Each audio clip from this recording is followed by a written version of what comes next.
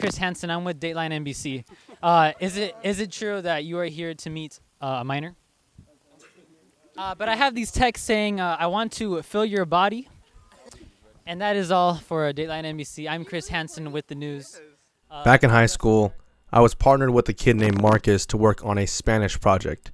The point of the project was to make a Spanish rap video together, which you can still find up on YouTube if you want to go and look for it.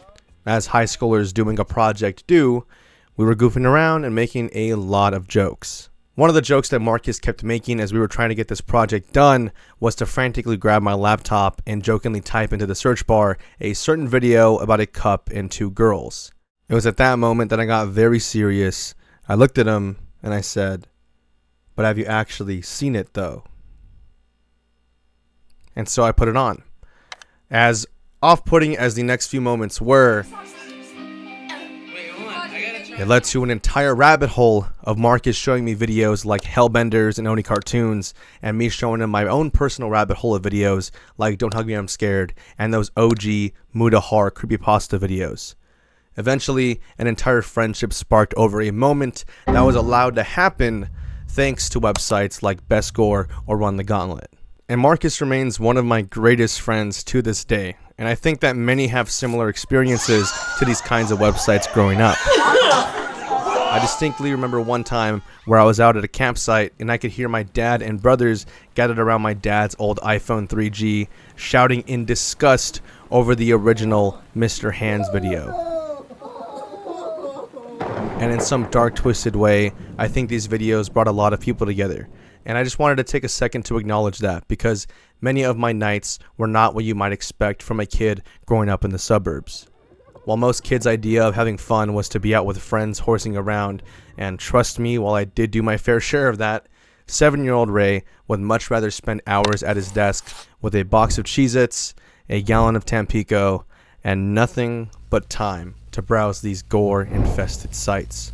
From fake videos like the BME Pain Olympics to real ones like the face split diving video, many of us have stories of that first one that piqued our curiosity in just the right way. And judging from the amount of you that watch these kinds of channels that dive into very disturbing and disgusting things from around the internet, I thought it was very fitting to look back on what might have set all of us on a path to enjoying this type of content. So when you read the title, or when I mentioned the phrase gore site, your brain should immediately jump to things like Best Gore, LiveLeak, Run the Gauntlet, or even Rotten.com. And it's because these were the places that people would flock to in order to get their morbid curiosity satisfied. Not only would you find just the most outrageous cartel gore videos, but you'd also find just insane body horror clips or random accidents that would give you a peek into the street life of other parts of the world. And it wasn't just gore. It was all things crazy and shocking that made these websites an absolute staple in the early days of the internet. And I think many of you would agree it was a staple because what you were watching felt real. It didn't feel manufactured in a way that was supposed to garner the most views or retain the most attention. It felt like genuine looks into some of the most raw events happening from around the world. I'd go from watching a bar fight in a random place I'd never heard of to seeing footage of real murder cases like the Luca Magnotta incident. And these definitely had an effect on me mentally, but not in the way you might expect. I feel like these sites taught me from a very young age that life isn't always going to be sunshine and rainbows. Something can happen at any given time. And for the majority of you, that would be the most depressing thing to find out as a 7-year-old kid. But I always viewed it in a more positive lens. Because I knew that anything could happen at any time, why bother worrying? I should just live my life the best that I can, and whatever happens, happens. As weird as it is to say out loud, I learned this lesson from these websites, from these videos where I'd see a person's face torn off after a car crash or even a work accident gone wrong. Of course, I was genuinely curious for morbid topics like this as a kid, but there was a lot to take away from consuming that type of media. In fact, I attribute those videos to how self-aware I am when I'm out in public. Just the other day, I was at a friend's house who lives in a not so amazing part of town, and I swear this story ties into the point, but essentially their house is right next to an alleyway where all of us generally park our cars when we go to visit them. And as 2 a.m. rolled around, it was about time for me to FaceTime my girlfriend to say goodnight. So to get some much needed privacy, naturally I walked out of the house to sit in my car, which was parked in the alleyway. And as I was talking on my phone, I noticed something out of the corner of my eye that in hindsight was a little bit comical. A guy wearing a gray sweatshirt and a black ski mask just casually strolling down the sidewalk. I know it sounds like something straight out of a movie, but this actually happened. So keep in mind, it was 2 a.m., so it was extremely dark out. And as he made his way across, he kind of did one of these. You know, he was walking, and he glanced at the alleyway, looked back, and then he stopped, and he peered right into my car. And it's almost as if he was realizing what the situation was. The perfect victim. A guy alone at 2 a.m., dark out, black car, tinted windows. I mean, it was so easy to rob me. And before I knew it, he was heading in my direction. Now, from my perspective, I saw this guy walking from a good distance before he even reached the crosswalk to the alleyway, and immediately from the appearance and the vibes, I could just tell something was off. That gut feeling in my stomach came back, that same feeling I'd get from watching all those videos where kidnappers or muggers would off someone in the street with little to no care. I understood exactly what was going to happen, and I'd like to think that I acted immediately because of how many videos I saw of people that would freeze in situations like this, only to get mugged and killed.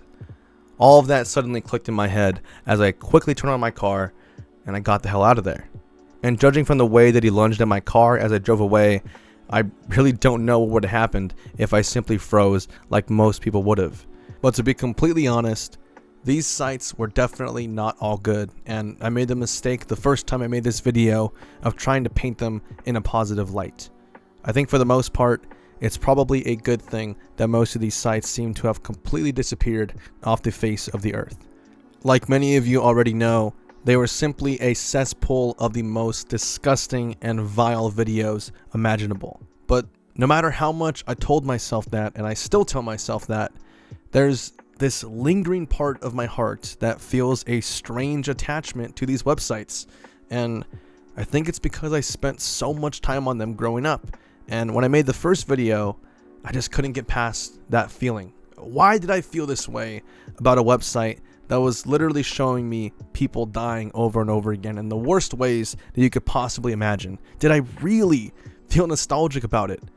I was torn, because as a 25-year-old looking back on this, I don't know how I used to do it. I was being dead serious about the Cheez-Its and Tampico. That was my pastime. I distinctly remember being in elementary school waiting for 2:10 to roll around so that I could rush home, grab my snacks, and browse some good old best score in liveleague.com. And I consumed videos that I can't even go back and watch today because of how they make me feel. So why did I feel this way when remembering the shock sites that traumatized all of us? Well, I think I've finally figured out the answer as to why. Why I think fondly of my memories browsing best score or liveleague.com. It's because it made me who I am today. And I'd argue the same for most of you watching this video right now.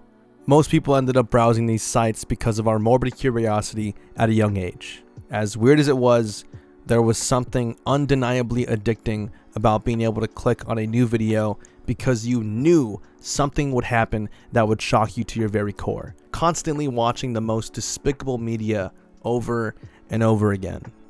But as we grew older and we all grew a heart, I think I speak for all of us when I say that we can't go back and watch the same videos we were able to as a kid because it's just too damn hard. But that morbid flame that burns in all of us still needs satiating at times because, let's be honest, there's a reason that you're watching this video. If you're watching this channel, then there's a good chance that most of you watch Nexpo, Wendigoon, Nick Crowley, or any of the other big name YouTubers that cover similar topics. And what brought all of us together is the general want for videos like this. I'm sure most of you are watching this with the expectation of it satisfying that weird need to consume this type of content. And honestly, on some level, I choose to create it because it weirdly satisfies my own personal need for it too. But just like my anecdote at the beginning, gore sites and morbid topics alike manage to bring all you millions of people together, and personally, I find that pretty beautiful. So when I meet new people and this topic inevitably gets brought up because, well, it's my job. The most common question I get is, do I regret watching gore videos as a kid? And I can honestly say that I don't. I don't regret it one bit. It made me the person I am today. It pushed me towards this path of life that I'm on. And what sucks is I do think we lost something huge when these sites started to disappear. We lost a reliable way of being able to see a raw depiction of what life is like around the world. And with that, we also lost a sense of realism. Everything we see today feels so manufactured instead of real and genuine. And maybe that was part of the allure of watching these sites. Honestly, it's a bit twisted of us to look back on these sites so fondly, and I know that I'm most likely the odd man out when it comes to that feeling, but I made this video in the hopes of finding other people who struggled with feeling this way. Because in the back of my mind, I know that I shouldn't be nostalgic or even feel good about what I saw as a kid. But regardless of how I feel about them now, I hope I was able to bring you all a nice look back at the websites that traumatized a generation. If you made it here, then you made it to the end of today's video. Pat yourself on the back. No, but seriously, thank you all for watching. Like, it's really cool. You are all in the middle of watching me pivot to like this newer style, which I wanted to address really quickly because my iceberg series are going to be the same style still. I'm not going to be doing this atmospheric style with the iceberg videos just because that's not really what that's not really what they were made for. I know a lot of people fall asleep to those videos, and I feel like making them in this like atmospheric style would just be I guess in bad taste. It's not like the expectation I've set forth with those kind of videos. But if you ever see like these like crazy like dark red with the play symbol thumbnails, you know to expect this kind of video. Yeah, that's pretty much all I have to say about that. I hope that I was able to hone in on a relatable experience with these websites because I have a lot of experience with them growing up.